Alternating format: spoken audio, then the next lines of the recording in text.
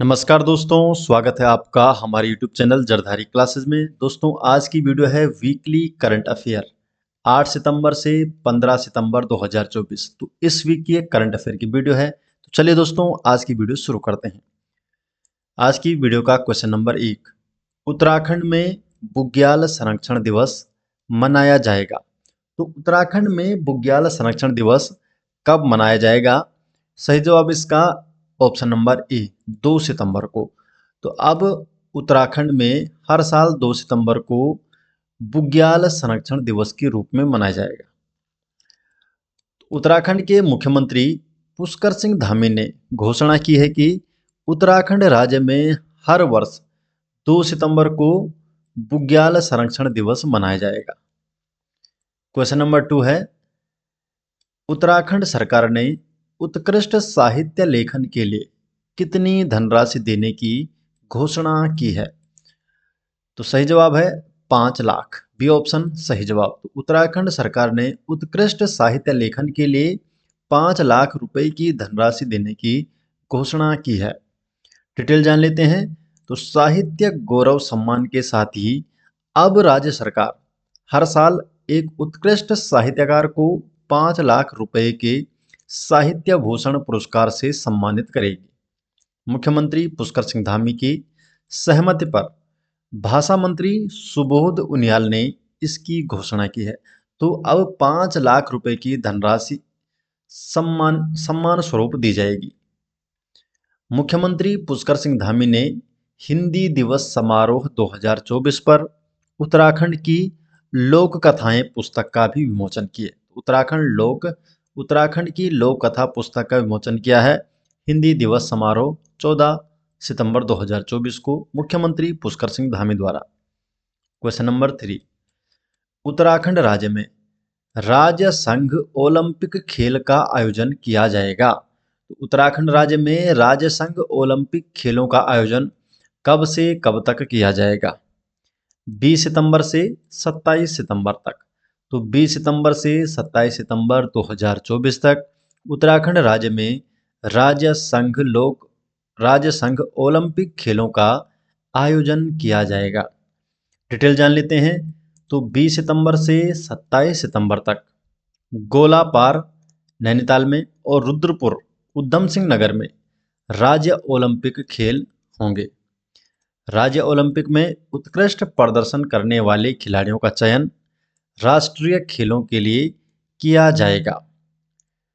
राज्य ओलंपिक खेल में 33 खेलों को शामिल किया गया है। 33 खेल यहाँ पर खेले जाएंगे और 20 सितंबर से 23 सितंबर तक राज्य ओलंपिक संघ पुरुष वर्ग और 24 से 27 सितंबर तक महिला वर्ग में खेलों का आयोजन किया जाएगा।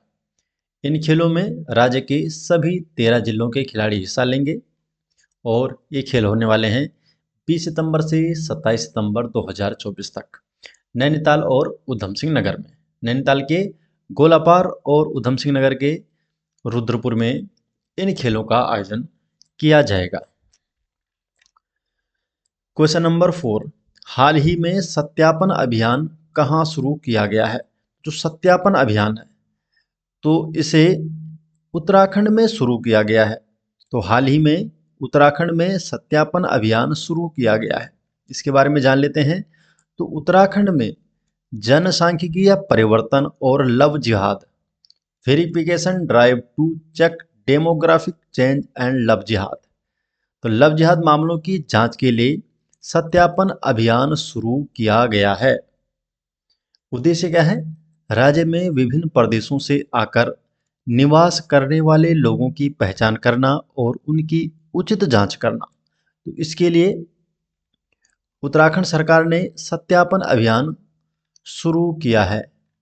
Question number 5, south Asian junior under 20 athletics championship में उत्तराखंड से किसने स्वर्ण पदक जीता है? तो जो south Asian junior under 20 athletics championship हुई है तो इसमें उत्तराखंड से प्रियांशु ने स्वर्ण पदक जीता है और राहुल सरनालिया ने इन्होंने जीता है रजत पदक।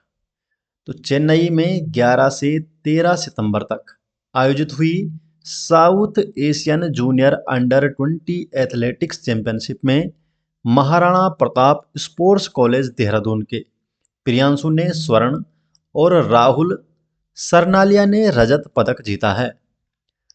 South Asian junior athletics championship में भारत ने कुल 21 गोल्ड, 22 सिल्वर और 5 ब्रॉन्ज जीतकर पहला स्थान प्राप्त किया है। तो कुल मिलाकर 48 पदक यहाँ पर भारत ने जीते हैं और दूसरे स्थान पर रहा है श्रीलंका। क्वेश्चन नंबर 6, अंतर्राष्ट्रीय साक्षरता दिवस मनाया जाता है। तो अंतर्राष्ट्रीय साक्षरता दिवस कब मनाया जाता है? 8 सितंबर को। बी ऑप्शन इसका सही जवाब है। तो 8 सितंबर को हर साल अंतर्राष्ट्रीय साक्षरता दिवस के रूप में मनाया जाता है। पहली बार 1967। तो 1967 से हर साल 8 सितंबर को दुनिया भर में अंतर्राष्ट्रीय साक्षरता दिवस के रूप में मनाया जाता है। तो पहली बार कब मनाया गया था? 1967 को। 1966 में, इससे एक साल पहले आयोजित यूनेस्को महासम्मेलन में 8 सितंबर को अंतर्राष्ट्रीय साक्षरता दिवस के रूप में मनाने का प्रस्ताव पारित किया गया था। और जो पहला अंतर्राष्ट्रीय साक्षरता दिवस था ये 1967 में मनाया गया था। इस बार 2024 की थीम रखी गई थी promoting multilingual education literacy for mutual understanding and peace. UNESCO की फुल फॉर्म है United Nations Educational, Scientific and Cultural Organization और हेडक्वार्टर है इसका पेरिस, फ्रांस में। दोस्तों, जो उत्तराखंड के वीकली करंट अफेयर है तो ये सभी नोट्स आपको मिल जाएंगे हमारे एप्लीकेशन में। अगर आप प्ले स्टोर पे सर्च करते हैं जरधारी क्लासेज या उत्तराखंड जीके तो फर्स्ट में ही आपको उत्तराखंड जनरल नॉलेज के नाम से एसजे ग्रुप का ऐप मिल जाएगा। उसमें जरधारी क्लासेज के सभी नोट्स देखने को मिल जाएंगे। Daily current affair, weekly current affair, Uttarakhand GK, Uttarakhand इसमें हिस्ट्री हो गया, जियोग्राफी हो गया, डिस्ट्रिक्ट सीरीज हो गया, उत्तराखंड के सभी नोट्स विद क्विज सहित आपको वहाँ पर मिल जाएंगे। तो आप इस ऐप को डाउनलोड कर सकते हैं और वहाँ से अपनी पढ़ाई कर सकते हैं। अगर आपको जरधारी क्लासेस के ई बुक नोट्स चाहिए तो उसका लिंक आपको डिस्क्रिप्शन में मिल जाएगा, या आप डायरेक्टली गूगल पर भी सर्च कर सकते हैं jardhari-classes.in और आप पहुँच जाएंगे हमारे ई बुक स्टोर में और वहाँ से आप ई बुक भी ले सकते हैं। नेक्स्ट क्वेश्चन की तरफ बढ़ते हैं। क्वेश्चन नंबर 7, पेरिस में आयोजित 17वां पैरा ओलंपिक खेलों में भारत ने कितने पदक जीते हैं? तो पेरिस में आयोजित हुआ था इस बार 17वें पैरालंपिक खेल और इसमें भारत ने कुल मिलाकर 29 पदक, तो भारत ने 29 पदक जीते हैं। ये ऑप्शन इसका सही जवाब है। तो 17वां जो पेरिस पैरा ओलंपिक खेल हुए थे तो इसका समापन 8 सितंबर 2024 को फ्रांस के पेरिस में स्टेड डी फ्रांस स्टेडियम में हुआ। और 17वें पैरालंपिक का आयोजन अंतर्राष्ट्रीय पैरालंपिक समिति द्वारा फ्रांस की राजधानी पेरिस में 28 अगस्त से 8 सितंबर 2024 तक आयोजित किया गया था। और इसमें भारत ने 29 पदकों के साथ समापन किया और भारतीय खिलाड़ियों ने 7 स्वर्ण, 9 रजत और 13 कांस्य पदक जीते हैं। पेरिस पैरा ओलंपिक खेलों के समापन समारोह में हरविंदर सिंह और प्रीतिपाल भारतीय ध्वजवाहक थे। इसके अलावा सुमित अंतिल और भाग्यश्री जाधव ये 2024 पेरिस पैरा ओलंपिक खेलों के उद्घाटन समारोह में भारतीय ध्वजवाहक थे। तो सुमित अंतिल और भाग्यश्री ये उद्घाटन में थे भारतीय ध्वजवाहक, और हरविंदर सिंह और प्रीतिपाल ये समापन के दिन भारतीय ध्वजवाहक थे। तो भारत ने कुल मिलाकर 29 पदक हासिल किए हैं इस बार, जिसमें 7 स्वर्ण है, 9 रजत है और 13 कांस्य पदक। क्वेश्चन नंबर 8, हाल ही में प्रकाशित नेचर के अध्ययन के अनुसार दुनिया का सबसे बड़ा प्लास्टिक प्रदूषक देश कौन सा है? तो दुनिया का सबसे बड़ा प्लास्टिक प्रदूषक है भारत। ए ऑप्शन इसका सही जवाब है। तो भारत दुनिया का सबसे बड़ा प्लास्टिक प्रदूषक देश बन गया है। दूसरे स्थान पर है नाइजीरिया, तीसरे पे है इंडोनेशिया, चौथे पे चीन और पांचवा नंबर है पाकिस्तान का। क्वेश्चन नंबर 9 है, स्वच्छ वायु सर्वेक्षण 2024 में किस शहर ने प्रथम स्थान हासिल किया? तो स्वच्छ वायु सर्वेक्षण 2024, इसमें प्रथम स्थान हासिल किया है सूरत ने। बी ऑप्शन इसका सही जवाब। तो सूरत पहले 13वें स्थान पर था और इस बार स्वच्छ वायु सर्वेक्षण 2024 में 131 शहरों में से पहला स्थान प्राप्त किया है सूरत ने। तो 13वें स्थान से पहले स्थान पर इसने छलांग लगाई है। मध्य प्रदेश का शहर जबलपुर, इसे दूसरा स्थान प्राप्त हुआ है और उत्तर प्रदेश के आगरा शहर को तीसरा स्थान मिला है। क्वेश्चन नंबर 10 है, राष्ट्रपति द्रौपदी मुर्मू ने कितने लोगों को राष्ट्रीय फ्लोरेंस नाइटिंगेल पुरस्कार से सम्मानित किया है? तो कितने लोगों को यह पुरस्कार दिया गया है? 15 लोगों को। सी ऑप्शन इसका सही जवाब है। 15 लोगों को इस सम्मान से सम्मानित किया गया है। तो राष्ट्रपति द्रौपदी मुर्मू ने राष्ट्रपति भवन में आयोजित एक समारोह में नर्सिंग पेशेवरों को वर्ष 2024 के लिए राष्ट्रीय फ्लोरेंस नाइटिंगेल पुरस्कार प्रदान किया और इस बार ये पुरस्कार 15 नर्सों को उनके कर्तव्य और सेवा के प्रति समर्पण के लिए दिया गया है। जो पुरस्कार है इसकी शुरुआत 1973 में भारत सरकार के स्वास्थ्य एवं परिवार कल्याण मंत्रालय द्वारा की गई थी। 1973 में इसकी शुरुआत की गई थी। क्वेश्चन नंबर 11 है, 2024 सेमिकॉन इंडिया सम्मेलन का उद्घाटन किसने किया? 2024 सेमिकॉन इंडिया सम्मेलन, तो इसका उद्घाटन किया है नरेंद्र मोदी।